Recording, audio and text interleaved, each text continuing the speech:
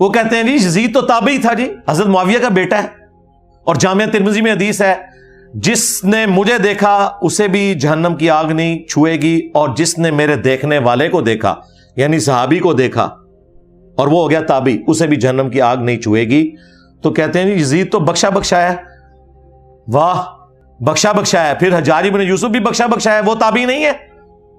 جتنے جھوٹے راوی ہیں میجورٹی ان کی تابعین میں موجود ہے، قانوناً وہ تابعی تھے، ظاہر ہے کلمہ گو تھے۔ خوارج کون تھے؟ تابعین ہی تھے، اہل قبلہ تھے، اہل کلمہ تھے۔ مولا علی نے انہیں کافر نہیں کہا۔ ہاں، پوچھا گیا کافر ہے مصنف ابن ابی شیبہ میں، کہا نہیں کافر نہیں ہے۔ پوچھا گیا منافق ہے، کہا منافق نہیں ہے۔ منافق تو بڑا تھوڑا ذکر کرتے ہیں اللہ کا، یہ تو اتنی لمبی نمازیں پڑھتے ہیں۔ پوچھا گیا پھر کیا ہے؟ ظاہر ہے جب کافر نہیں منافق نہیں تو پھر مسلمان ہی ہے۔ ان کا یہ ایک گروہ ہے جنہوں نے ہم سے بغاوت کی ہے، ہم میں سے ہی نکلا ہوا ایک گروہ ہے۔ تو خوارج بھی تابعین ہے، لیکن مسند احمد میں موجود ہے نبی علیہ السلام نے کہا کہ خوارج جہنم کے کتے ہیں۔ کیوں؟ اپنے اعمال کی وجہ سے۔ تو اس طرح نہیں کوئی فضیلت ثابت ہو جاتی۔ حجاج جو اتنے صحابہ کا قاتل ہے اسے آپ تابعی کہیں گے؟ تابعی تو ہے قانوناً، وہ ظاہر مسلمانوں کا گورنر تھا۔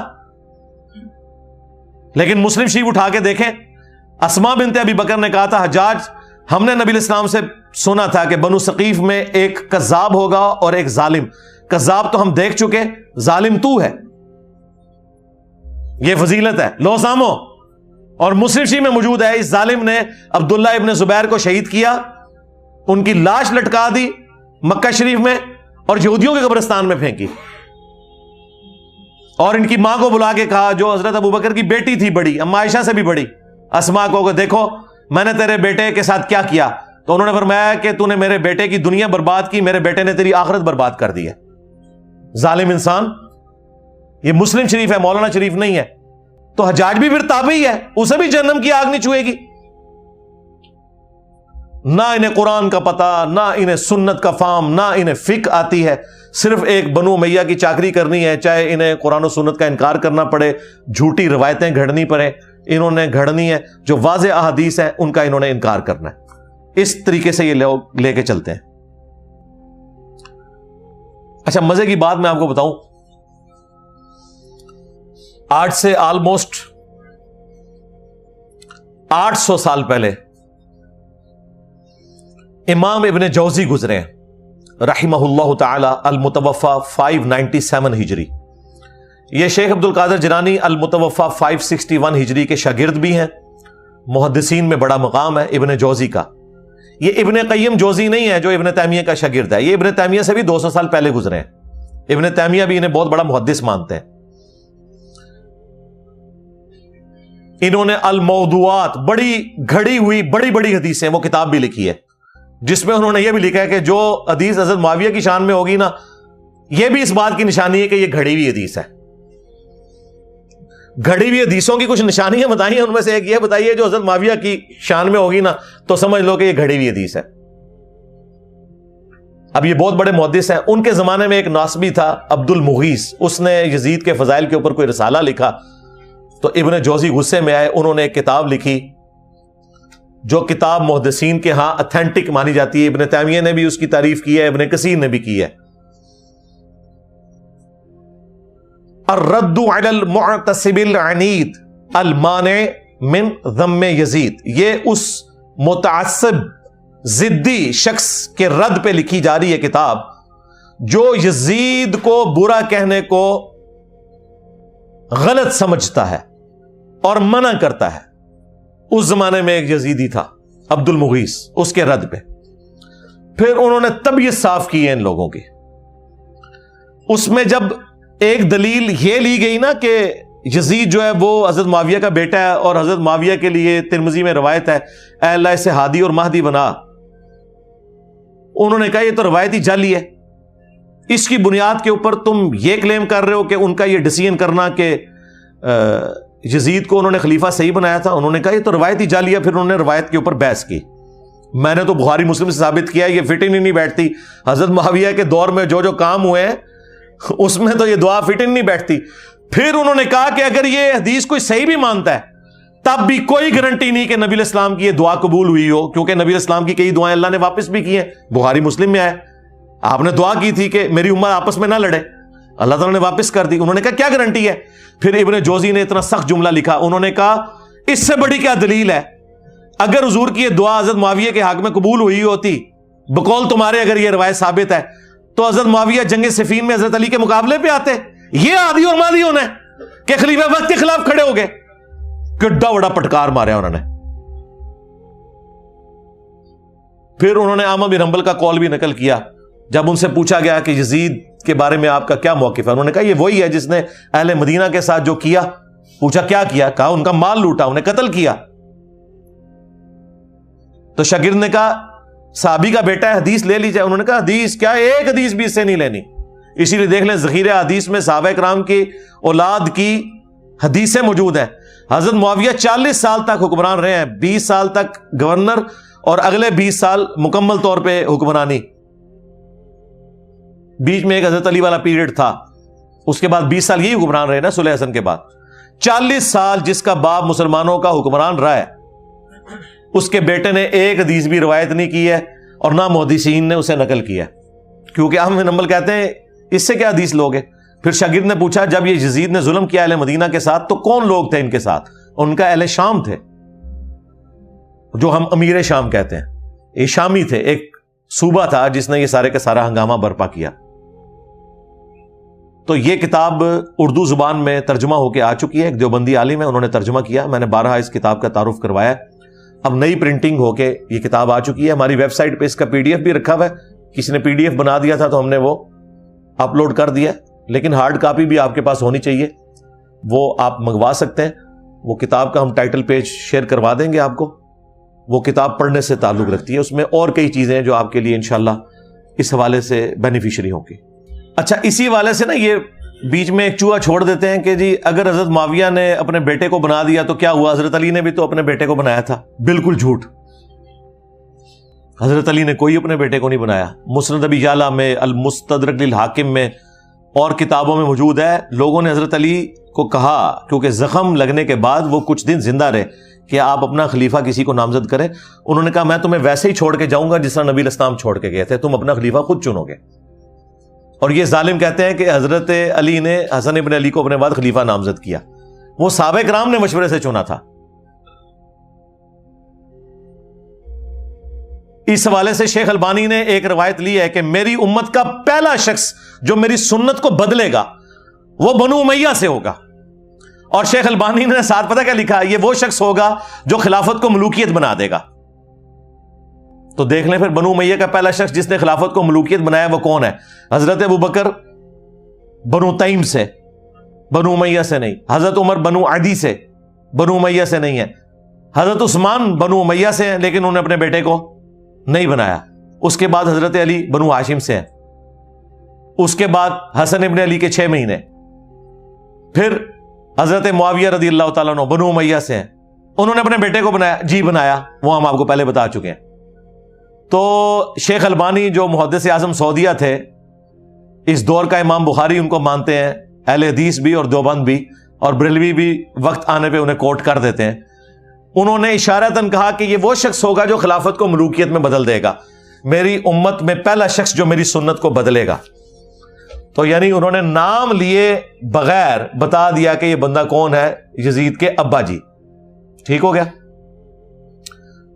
5واں جھوٹا دفاع، وہ کہتے ہیں نہیں حضرت علی کا جو اپنا بیٹا ہے محمد بن حنفیہ، اس نے تو بڑی تعریف کی ہے یزید کی۔ ہم پوچھتے ہیں کہاں لکھا ہوا ہے؟ کہتے ہیں تاریخ میں لکھا ہوا ہے۔ تاریخ میں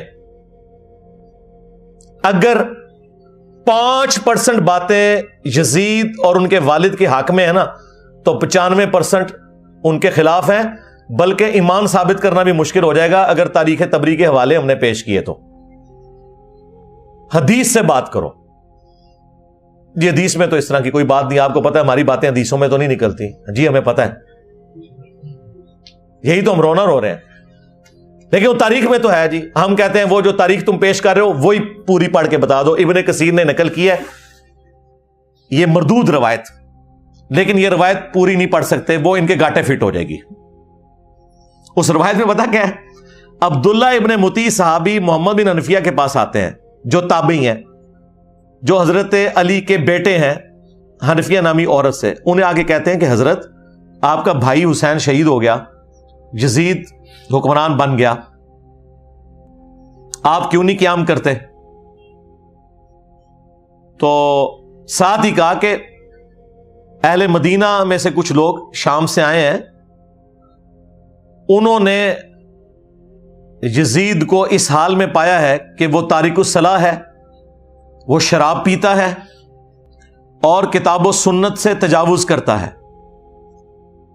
تو محمد بن حنفیہ نے کہا کہ نہیں, میں تو جتنا عرصہ یزید کے پاس رہا ہوں میں نے تو اسے نماز کا پابند پایا ہے اور سنت کا عامل پایا ہے. تو انہوں نے کہا حضرت وہ جتنے دن آپ رہے ہیں نا ادھر, اتنے دن اس نے آپ کو دکھانے کے لیے سب کچھ ایکٹنگ کی ہے, اصل میں تو وہ شرابی ہے, تارک الصلاح ہے اور کتاب و سنت کو پائمال کرنے والا ہے.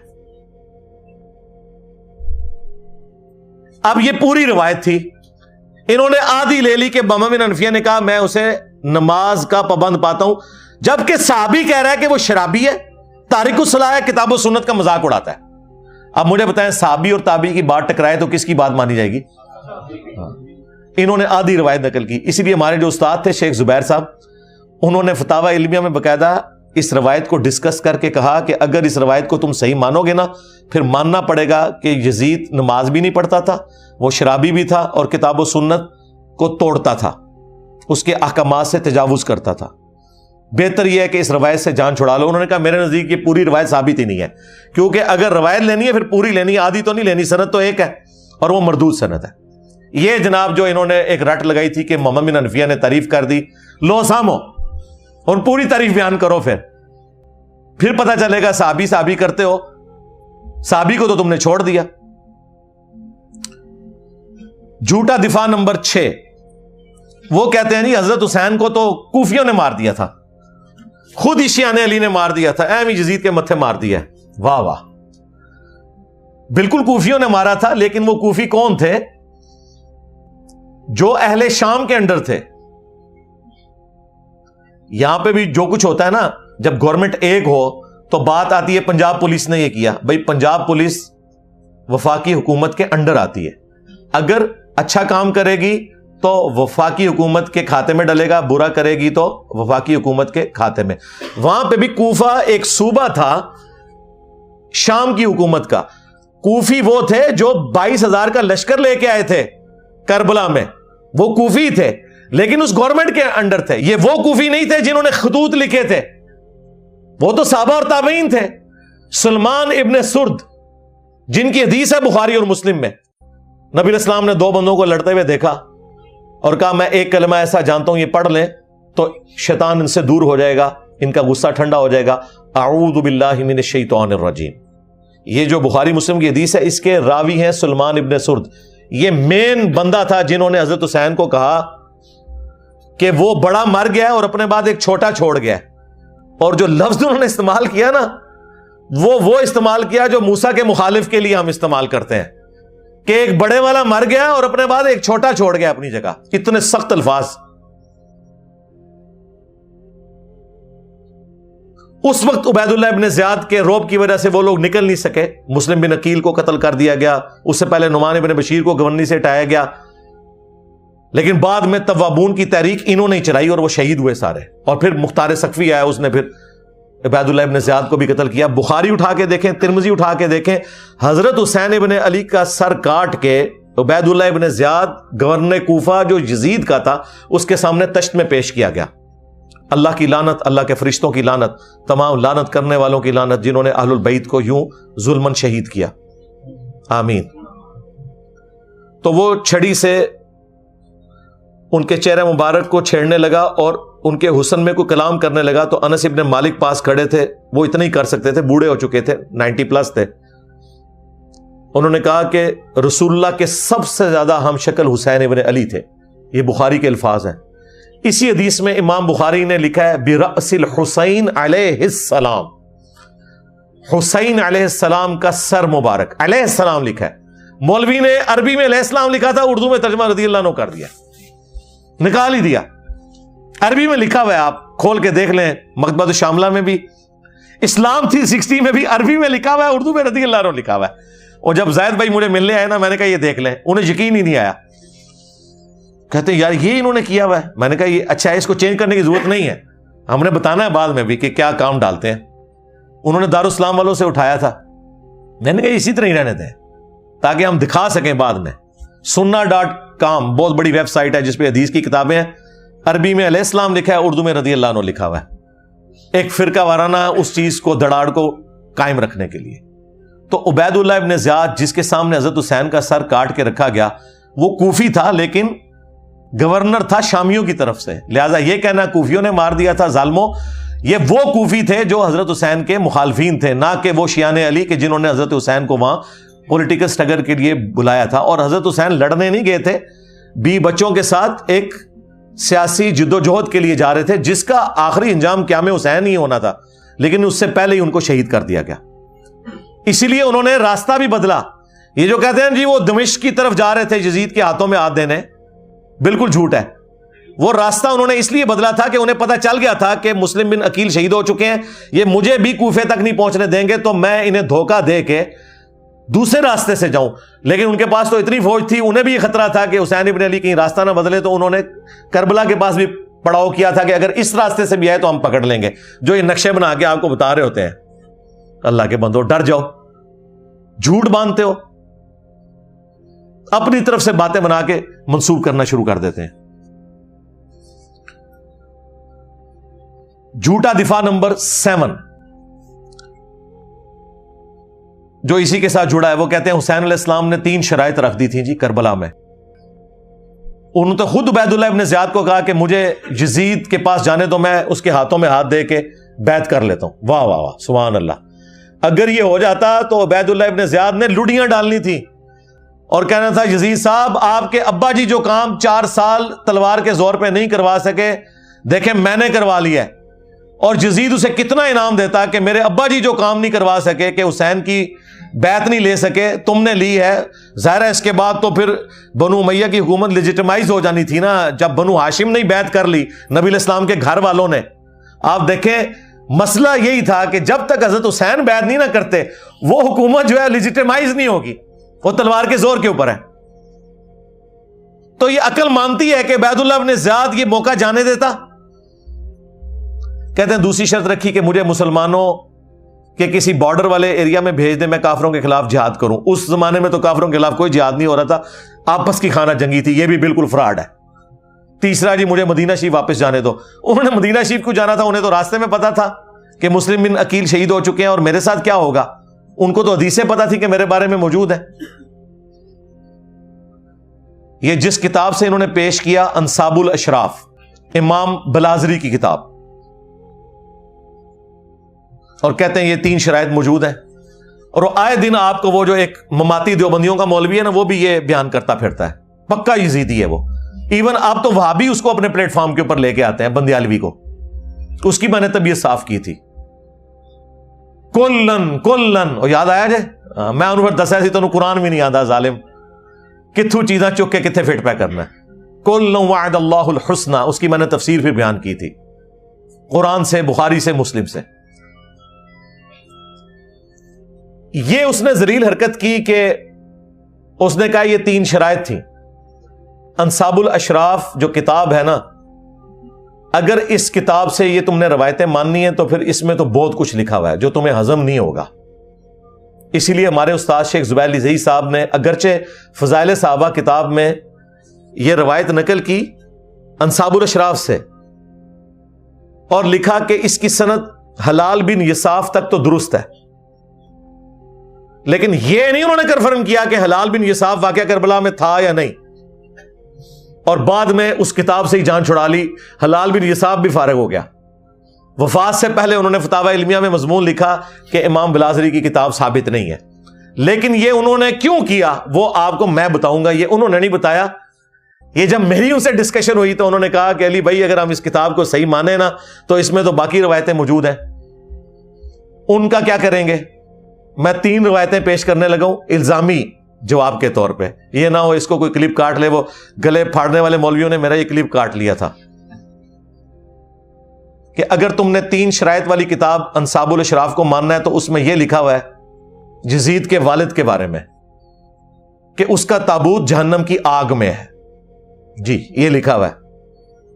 یزید کے والد کے بارے میں لکھا ہوا ہے کہ جب تم اسے دیکھو کہ میرے ممبر پہ چڑھا ہے اسے قتل کر دینا. اور پھر وہ مشہور روایت جس کا کوئی سرا پکڑا ہی نہیں دیتا تھا کہ اس روایت کا مقصد کیا ہے, وہ روایت بھی پوری اس کتاب میں لکھی ہوئی ہے. اگر اس کتاب کو صحیح ماننا ہے تو پھر آپ دیکھیں آپ کے ساتھ کیا ہوتی ہے. وہ روایت تھی مسند البزار میں مجموع الزوائد میں صحیح سند کے ساتھ کہ نبی علیہ السلام نے 3 لوگوں پہ لعنت فرمائی. آپ کے سامنے سے ایک اونٹ گزر رہا تھا, آپ نے فرمایا جو اونٹ پہ بیٹھا ہوا ہے اس پہ بھی اللہ کی لعنت, جو اونٹ کو ہانک رہا ہے اس پہ بھی اللہ کی لعنت, اور جس نے اس کی مہار پکڑی ہوئی ہے اس پہ بھی اللہ کی لعنت. یہ روایت ختم ہو جاتی ہے مسند البزار میں مجموع الزوائد میں. اب اس روایت سے کیا رزلٹ نکلے گا جب تک یہ نہ بتایا جائے کہ اس اونٹ کے اوپر وہ شراب لے کے جا رہے تھے, ایرون لے کے جا رہے تھے, چرس لے کے جا رہے تھے, لعنت کیوں ہوئی, وہ بندے کون تھے. وہ محدثین نے اپنی کتابوں میں ان بندوں کے نام نہیں بتائے. ظاہر مشکل ہو جانا تھا, سنیت کا ایک غلبہ, سنی ہمیشہ حکومت میں رہے آپ کو پتا ہے, لیکن یہ روایت اپنی جگہ موجود ہے. اسے کہا جاتا ہے اونٹ والی حدیث کہ اونٹ پہ بیٹھے ہوئے پہ بھی لعنت, ہانکنے والے پہ بھی, مہار پکڑنے والے پہ بھی. کیوں لعنت, یہ بندے کون ہے, کوئی ذکر نہیں. انصاب الاشراف میں موجود ہے کہ وہ 3 بندے کون تھے, ان بندوں پہ اصل میں لعنت کی گئی تھی. اگر اس کتاب کو کسی نے صحیح ماننا ہے, 3 شرطوں والی کتاب. ہم تو کہتے ہیں مانو پھر اگے بھی ٹرو, فارغ ہی ہو جاؤ. انصاب الاشراف میں لکھا ہے کہ اونٹ پہ یزید کے دادا ابو بیٹھے ہوئے تھے. ہاں جی, اونٹ کی مہار یزید کے ابا جی کے ہاتھ میں تھی, اور اونٹ کو ہانکنے والا یزید کا چاچا تھا. چچا, ایک چشتی چاچو ہے نا, ایک یزید کا بھی چاچو ہے.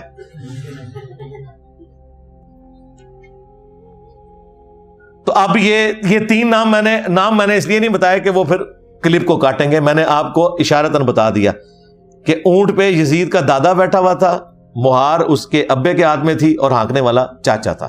نام آپ سب کو پتا ہے, ورنہ ہمارے اسٹوڈنٹس کورٹس میں خود لکھ دیں گے 3 بندوں کے نام. اس روایت کو پھر صحیح مانو گے. اسی لیے شیخ زبیر صاحب نے کہا یہ کتاب امام بلازری سے ثابت ہی نہیں, جان ہی چھڑا لی. بالکل ٹھیک کیا. آندہ کوئی 3 شرائط والی بات کرے, اسے کہو 3 شرائط والی بات کرو گے تو 3 ملعون لوگوں کا ذکر ہم کریں گے. پھر ہاں, وہاں 3 شرائط, یہاں 3 وہ لوگ جن پہ اللہ کے نبی نے لعنت فرمائی ہے. پھر ظاہر ہے یہ پیرلل میں آئے گا. اور صرف لعنت نہیں کہا کہ یزید کے باپ کا تابوت جہنم کی آگ میں ہے, یزید کے باپ کو جب ممبر پہ دیکھو تو اسے قتل کر دینا. یہ ساری روایتیں بتائیں گے. لہذا بہتر یہ ہے کہ انصاب الاشراف سے جان چھڑا لیں. ہمارے نزدیک بھی ہمارے استاد کا موقف ٹھیک ہے. یہ کتاب اگرچہ اکثر محدثین امام بلازری سے ثابت مانتے ہیں, لیکن اس کے ساتھ یہ جو خطرناک باتیں جڑی ہوئی ہیں, جو خطرناک سے بھی اگلا ورژن ہے, بہتر یہ ہے کہ اس کتاب کو آپ جان چھڑا لیں کہ یہ ساری جعلی کتاب ہے. اور ہمیں پتہ ہے کہ آپ کی جتنی باتیں وہ ویسے ہی جعلی ہیں, کوئی صحیح بھی نکلے نا. ایک بڑی مشکل سے آپ نے دریافت کی تھی, وہ مانتے مانتے آپ کو اتنا کچھ ساتھ ماننا پڑ رہا ہے کہ آپ بھی اس کتاب سے اب جان ہی چھڑائیں گے انشاءاللہ تعالی. جھوٹا دفاع نمبر 8, تھرڈ لاسٹ. وہ کہتے ہیں نہیں قسطنطینیہ والی جو بشارت ہے وہ یزید پہ فٹ ہوتی ہے. بخاری میں حدیث ہے, میری امت کا پہلا گروہ جو کیسر روم کے شہر پہ حملہ کرے گا وہ بخشے ہوئے ہیں. اچھا, قسطنطینیہ کا ذکر نہیں ہے, کیسر روم کا شہر یہ ذکر ہے. اور کیسر روم کا شہر نبی علیہ السلام کے زمانے میں حمص تھا. وہ تو بعد میں وہ بھاگ کے قسطنطنیہ چلا گیا جان بچانے کے لیے, جب اسے نظر آیا کہ مسلمانوں کی فوجیں وہاں تک پہنچ جائیں گی. تو اگر اس کو مانا جائے تو یہ بشارت ابو عبیدہ ابن جرح رضی اللہ تعالیٰ عنہ پہ فٹ ہوتی ہے. اور اگر قسطنطینیہ کو آپ نے ماننا ہے تب بھی ذکر ہے پہلا لشکر. پہلا لشکر, کوئی بھی لشکر نہیں. قسطنطینیہ پہ تو درجنوں حملے ہوئے ہیں. پہلا لشکر کون سا تھا؟ وہ کہتے ہیں بخاری میں لکھا ہے کہ ابو ایوب انصاری رضی اللہ تعالیٰ عنہ اس لشکر میں شریک تھے, وہ فوت ہوئے اور یزید نے ان کا جنازہ پڑھایا. تو ثابت ہو گیا یزید جنتی ہے. ہم کہتے ہیں یہ ثابت ہوا, یہ کہاں سے ثابت ہوا کہ وہ پہلا لشکر تھا؟ اس میں تو نہیں لکھا ہوا پہلا لشکر. ہم آپ کو بتاتے ہیں وہ پہلا لشکر نہیں تھا، وہ 7واں لشکر تھا۔ اگر 2 لشکر بھی گئے ہونا تب بھی وہ پہلا نہیں ہے، وہ بعد والا ہے۔ پہلا لشکر وہ ہے جو سنن نبی داؤد میں موجود ہے۔ ایک صحابی کہتے ہیں ہم قسطنطینیہ پہ حملے کے لیے جب گئے، ہمارے لشکر کے امیر عبد الرحمن بن خالد بن ولید تھے، حضرت خالد بن ولید کے بیٹے، یزید نہیں تھا، اور ابو ایوب انصاری بھی ہمارے ساتھ تھے۔ انہوں نے ہمیں ایک آیت کی تفسیر سمجھائی، اور پھر ابو ایوب انصاری قسطنطنیہ کے تمام حملوں میں شریک ہوتے رہے، حتیٰ کہ ایک حملے کے دوران وہ فوت ہوئے اور وہیں پہ دفن ہوئے۔ آج بھی ان کا مزار موجود ہے ترکیے میں، اب وہ مسلمانوں کے پاس ہے نا، استنبول۔ تو ابو داؤد میں یہ حدیث موجود ہے کہ اس وقت جو لشکر گیا تھا اس کے امیر کون تھے؟ خالد ابن ولید کا بیٹا، اور اس کے بعد مسلسل وہ شریک ہوتے رہے حتیٰ کہ ایک حملے میں وہ فوت ہوئے۔ تو جس میں فوت ہوئے وہ تو بعد میں ہوگا نا، جس میں زندہ تھے وہ پہلے۔ تو اگر 2 بھی ہوتے تو پھر بھی وہ دوسرا ہے، ویسے یہ 7واں ہے۔ اور یہ جو میں بتا رہا ہوں یہ بھی پہلا نہیں ہے، اس سے بھی پہلے منذر بن زبیر لے کے گئے، وہ شیخ زبیر صاحب کے شاگرد ہیں، عبداللہ جابر دامانوی صاحب، انہوں نے پوری کتاب لکھی ہے، ہماری ویب سائٹ پہ رکھی ہوئی ہے کہ قسطنطنیہ پہ پہلا حملہ کس نے کیا تھا۔ بہرحال یہ تو نہیں بنتا، یہ انہوں نے پکڑا ہوا تھا، اور جگہ جگہ یہی وہ چیز ہے جو ابن تیمیہ نے سب سے پہلے چوہا چھوڑا، اسی کو لے کے پھر بعد کے لوگ چلے، حتیٰ کہ ڈاکٹر ذاکر نائک نے بھی جو یزید کو رضی اللہ عنہ کہا اور جنت لشکر والی بشارت اس کے اوپر فٹ کر کے تو خاری کمائی۔ میں نے اسی وقت ان کے خلاف ویڈیو ریکارڈ کروائی تھی اور ان کی علمی اصلاح کی کوشش کی تھی۔ باقی جو ان کی علمی خدمات ہیں وہ اپنی جگہ، لیکن یہ ان سے بہت بڑا بلنڈر ہوا ہے اور دعوت حق کو نقصان ہوا ہے ان کے اس ایٹیچیوڈ کی وجہ سے۔ تو میں نے ان کو کہا تھا یار ابن تیمیہ کی تقلید چھوڑو، میں نے بخاری اور ابو داؤد سے ثابت کیا ہے کہ وہ پہلا لشکر نہیں تھا، اور یہ ہمارے استاد شیخ زبیر صاحب نے پہلی دفعہ جرأت کی الحدیث رسالے میں، یہ پورا تحقیقی مضمون لکھا۔ پھر ہمارے جو دوسرے استاد تھے مولانا اسحاق صاحب، انہوں نے باقاعدہ اپنے جمعے کے خطبے میں شیخ زبیر صاحب کی تعریف کی، اور انہوں نے کہا اس وقت ان سے بڑا کوئی محدث نہیں ہے۔ اب تو اہل حدیثوں کو اپنے گھر کی خبر پتہ چل گئی ہے کہ ان کے اپنے بڑے محدث نے بھی بتا دیا کہ یہ ابن تیمیہ نے غلط بشارت فٹ کی تھی، ڈاکٹر ذاکر نائک نے غلط فٹ کی تھی۔ احادیث کی روشنی میں قسطنطینیہ کا وہ والا لشکر جو پہلا لشکر تھا جس کے لیے بشارت تھی، اس میں یہ شامل ہی نہیں تھا۔ اور جس زمانے میں گیا اس وقت تو یزید دودھ پیتا بچہ تھا، 6 سال سے کم ہی عمر تھی اس کی، بہت زیادہ بھی لگا لیں۔ فتح تو خیر یہ صحابہ سے بھی نہیں ہوا، قسطنطینیہ تابعین سے بھی نہیں ہوا، تبع تابعین سے بھی نہیں ہوا۔ یہ 9ویں صدی ہجری میں نبی علیہ السلام کی وفات کے آلموسٹ 900 سال کے بعد، 850 تقریباً سال کے بعد یہ فتح ہوا۔ 19 مئی 1453 سلطان محمد فاتح، اس کے اوپر انہوں نے ایک فلم بھی بنائی ہے ترکی والوں نے۔ آج چل رہا ہے 7 محرم 1446 ہجری بمطابق 14 جولائی 2024، یہ فتح ہوا 19 مئی 1453، یعنی آلموسٹ 8 سے سمجھ لیں 600 سال پہلے۔ ارطغرل کی اولاد میں سے جو 7واں سلطان تھا، سلطان محمد فاتح، اس کی عمر اس وقت 24-25 سال تھی، اس نے قسطنطینیہ کو فتح کیا۔ لیکن وہ فتح کرنے والے کے لیے بشارت نہیں تھی، بشارت تھی جس نے پہلا حملہ کیا۔ وہ فتح کرنے والے کے لیے جو بشارت ہے مسند احمد میں کہ وہ بڑا اچھا امیر ہوگا، وہ روایت سندن صحیح ثابت نہیں ہے، لیکن جو جنت کی بشارت تھی وہ پہلے لشکر کے لیے تھی۔ یہ جناب ٹوٹل ان کی گیم تھی جس سے انہوں نے جنتی اسے ڈکلیئر کیا ہوا تھا۔ اور یوں آگے ہم نہیں کہتے وہ جہنمی ہے، اس کا معاملہ اللہ کے سپرد، لیکن جھوٹی بشارتیں تو جنت کی فٹرہ نہ کریں۔ سیکنڈ لاسٹ جھوٹا دفاع نمبر 9، کہتے ہیں جی اللہ تعالیٰ چاہے تو یزید کو بخش بھی سکتا ہے۔ دیکھیں کیسے غیر محسوس طریقے سے اس کی جھوٹی وکالت کرتے ہیں۔ کہتے ہیں جی آپ کو کیا تکلیف ہے؟ ہمیں کوئی تکلیف نہیں بھائی، ہم تو کہتے ہیں سارے بخشے جائیں، کوئی مسئلہ نہیں۔ یہ اللہ کا اپنے بندوں کے ساتھ معاملہ ہے، ہمارے ساتھ کوئی اس کا معاملہ نہیں ہے۔ لیکن آپ جھوٹی جنت کی بشارتیں فٹ کرو، یہ بالکل غلط ہے۔ اور دوسرا یہ اتنا آسان معاملہ نہیں ہے۔ کہتے نہیں قرآن میں لکھا ہے اللہ تعالیٰ چاہے تو شرک کے سوا ہر گناہ معاف کر سکتا ہے، بالکل، ان اللہ لا یغفر ان یشرک بہ ویغفر ما دون ذلک لمن یشاء، بے شک اللہ تعالیٰ قیامت کے دن ہر گناہ کو معاف کر دے گا اگر دنیا میں توبہ نہ کی ہوئی۔ دنیا میں کی ہوئی تو دنیا میں ہی معاف، سوائے شرک کے، شرک آخرت میں بھی معاف نہیں ہونا اگر بغیر توبہ کے مرے۔ لیکن اس کے سوا ہر گناہ معاف کر دے گا، لمن یشاء، جس کے لیے چاہے گا۔ مراد کیا؟ جس کے لیے نہیں چاہے گا نہیں کرے گا۔ شرک کے علاوہ کون سا ایسا گناہ ہے جو معاف نہیں ہو سکتا؟ وہ قرآن میں لکھا ہوا ہے سورۃ النساء میں، جس نے ایک مؤمن کو ناحق قتل کیا اس کی سزا ہمیشہ کی جہنم ہے۔ اسی سورۃ النساء میں جس میں لکھا تھا شرک کے علاوہ ہر گناہ معاف ہو جائے گا جس کے لیے چاہے گا، اوپن لائسنس وہاں بھی نہیں تھا، اسی سورہ النساء میں لکھا ہوا ہے کہ مؤمن کا قتل ناحق ہمیشہ کی جہنم ہے۔ لو سامو، اور ابو داؤد میں اس کو سپورٹیو حدیث ہے کہ نبی علیہ السلام نے فرمایا اللہ تعالیٰ یا تو شرک کو معاف نہیں کرے گا یا قتل ناحق کو معاف نہیں کرے گا۔ کیا حسین ابن علی کا قتل ناحق نہیں ہے؟ کیا یزید نے قاتلین حسین سے بدلہ لیا، کوئی سزا دی؟ بالکل نہیں۔ اس کے جواب میں پتہ کیا کہتے ہیں؟ حضرت علی نے حضرت عثمان کے قاتلین سے بدلہ لیا؟ یہ بالکل مثال غلط ہے، کیونکہ حضرت عثمان حضرت علی کے دور میں تو شہید ہی نہیں ہوئے، وہ تو اپنے گورنروں کی وجہ سے شہید ہوئے اپنے دور خلافت میں خود۔ اس پہ میری تفصیلی ویڈیو دیکھ لیں، حضرت عثمان کیوں شہید ہوئے۔ انہوں نے آپ کو ایک جعلی بات بتائی تھی، عبداللہ بن سبا تھا جس نے سارے صحابہ کو نعوذ باللہ گمراہ کر دیا، جس کا نام بخاری سے لے کے ابن ماجہ تک دنیا کی کسی حدیث کی کتاب میں جو مین کتابیں ہیں نام بھی نہ آئے عبداللہ بن سبا۔ یہ حضرت علی کے دور میں آیا تھا جسے حضرت علی نے قتل کروایا۔ حضرت عثمان کے ساتھ کوئی لینا دینا نہیں تھا۔ حضرت عثمان کی شہادت تو بنو امیہ کے گورنروں کی وجہ سے ہوئی، جو بخاری مسلم میں موجود ہے۔ وہ آج ٹاپک نہیں، پچھلے دنوں جب ایک بریلوی نما رافضی نے حضرت عثمان کی توہین کی تو میں نے تفصیلی ویڈیو ریکارڈ کروائی تھی، حضرت عثمان کیوں شہید ہوئے، وہ آپ دیکھ لیں۔ وہ بخاری مسلم سے میں نے ثابت کیا، بنو امیہ کی لکھی ہوئی تاریخ سے نہیں، نہ صلاح الدین یوسف نے جو جھوٹ لکھے ہوئے ہیں اس کی بنیاد کے اوپر، بخاری مسلم سے ثابت کیا۔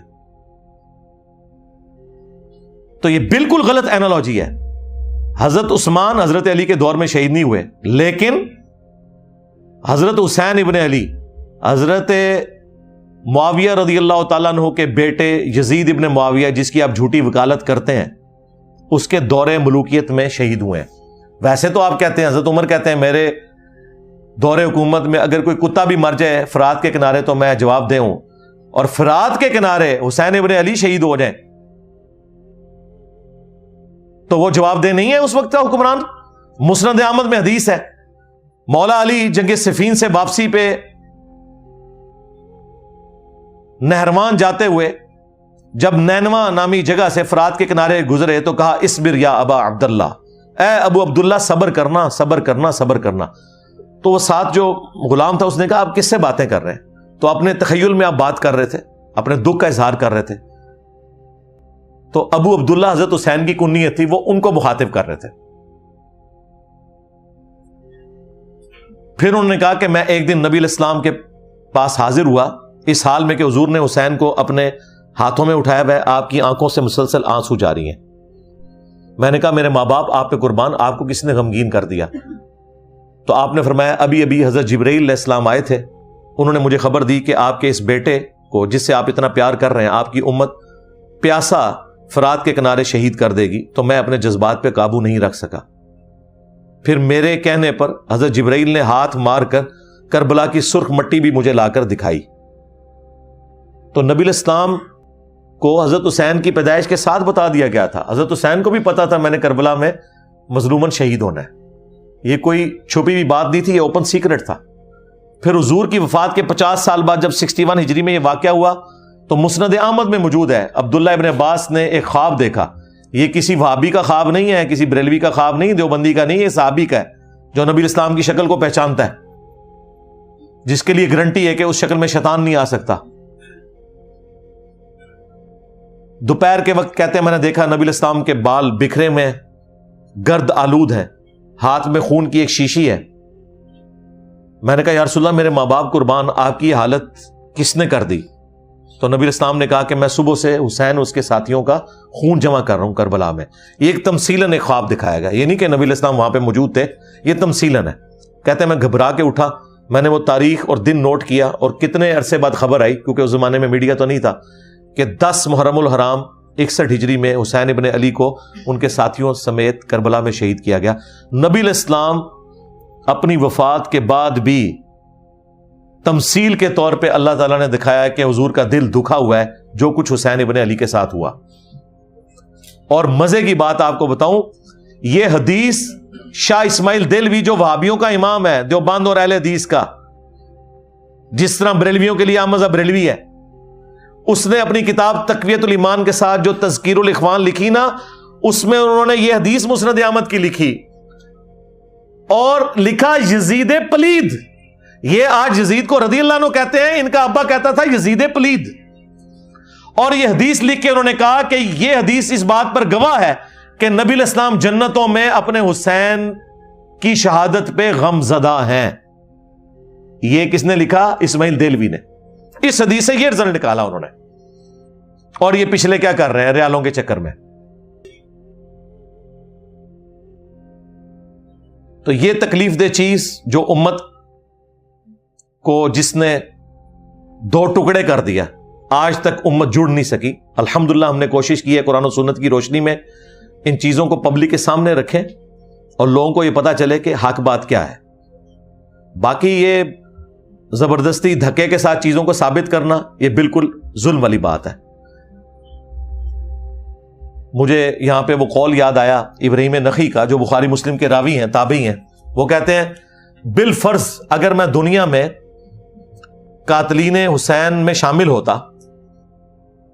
اور قیامت کے دن اللہ تعالیٰ میری بخشش بھی کر دیتا, میں جنت میں بھی پہنچ جاتا, تب بھی میں جنت میں رسول اللہ کا سامنا نہیں کر سکتا تھا کہ کہیں حضور مجھ سے پوچھ ہی نہ لے کہ دنیا میں تو میرے حسین کے قاتلین میں شامل تھا. یعنی دیکھیں, حالانکہ جنت میں سب کچھ بخشش کے بعد بھی پہنچ گئے نا. جو غیرت مند ہے نا, یہاں تو کہہ رہے ہیں جی اللہ چاہے تو بخش دے. جو کہہ رہے ہیں کہ اگر ہم بخشے بھی جائیں نا, یہ کہتے ہیں نا اللہ چاہے تو یزید کو بخش دے, ہم کہتے ہیں ہمارا کوئی لینا دینا نہیں کہ اللہ اور بندے کا معاملہ ہے. لیکن جو غیرت مند لوگ ہیں وہ کہہ رہے ہیں ہمیں بخش بھی دیا جاتا نا اس عمل کے سبب, تب بھی ہم رسول اللہ کا سامنا نہیں کر سکتے تھے جنت میں, کہیں حضور پوچھ ہی نہ لے کہ تو دنیا میں میرے حسین کے قاتلین میں شامل تھا. یہ قول ابراہیم نخعی کا, جو بخاری مسلم کے راوی ہیں, حضرت امام حنیفہ کے دادا استاد ہیں. المعجم الکبیر طبرانی میں ان کا قول صحیح سند سے موجود ہے. غیرت مند لوگ ایسے ہوتے ہیں, ابراہیم نخعی جیسے. 50 ہجری میں پیدا ہوئے ہیں, 96 ہجری میں فوت ہوئے ہیں, صرف 46 سال ان کی عمر تھی, لیکن اہل بیت کے چاہنے والے تھے, بخاری مسلم کے راوی ہیں. حنفیت پوری ان کے اوپر ڈیپینڈنٹ ہے, کیونکہ یہ آگے سے ایک واسطے سے عبداللہ ابن مسعود کے شاگرد ہیں, تو وہ اپنے آپ کو ان کے ذریعے منسوب کرتے ہیں. یہ چیزیں بھی ان کی پھر لیں نا آپ.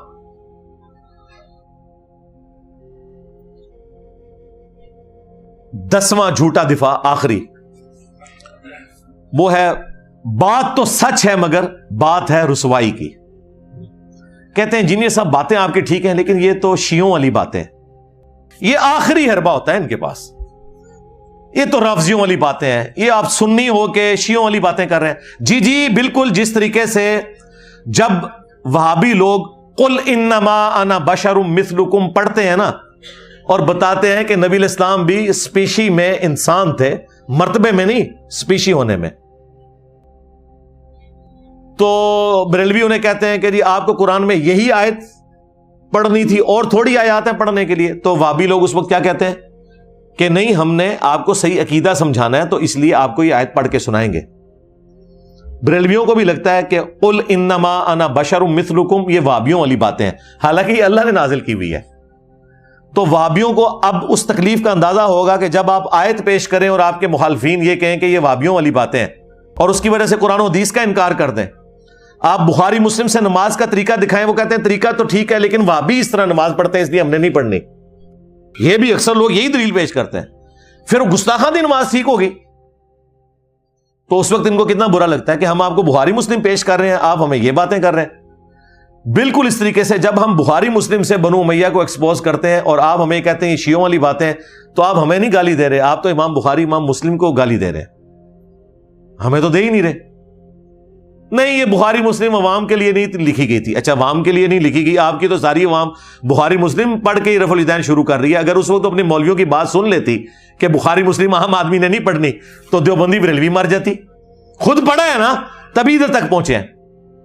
اور یہ آپ کی بات بالکل غلط ہے کہ عوام کے لیے نہیں لکھی گئی. امام مسلم نے مقدمے میں لکھا ہے کہ میں یہ عوام الناس کے لیے مسلم شریف لکھ رہا ہوں. اور بنو امیہ کے بارے میں جتنی وہ خطرناک بلکہ خطرناک روایتیں ہیں نا، وہ ساری مسلم شریف کے اندر ہیں، بخاری میں بھی ہیں، مسلم میں تو بہت زیادہ ہیں جو انہیں ہضم نہیں ہوتی. تو امام مسلم تو کہہ رہے ہیں میں عوام کو بتانے کے لیے روایتیں لکھ رہا ہوں. پھر آپ کیا کریں گے؟ وہ روایتیں کون کون سی ہیں وہ آج میں ٹاپک نہیں بنا رہا، ورنہ ٹائم بہت زیادہ لگ جائے گا.